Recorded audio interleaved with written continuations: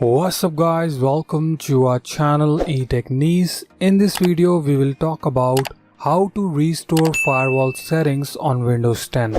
We will show you the step you have to follow, so stay tuned and watch the complete video. To restore the firewall setting, click on Start icon, click on Settings.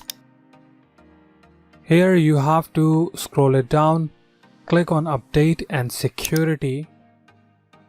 Click on Windows Security. Click on Open Windows Security. Here, click on Firewall and Network Protection.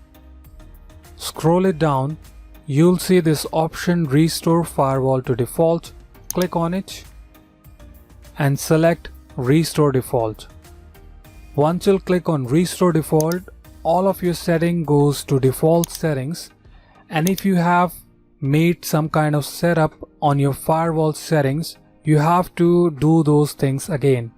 You have to create all of those options again, all the inbound and outbound firewall settings. So that's all for today. Thanks for watching.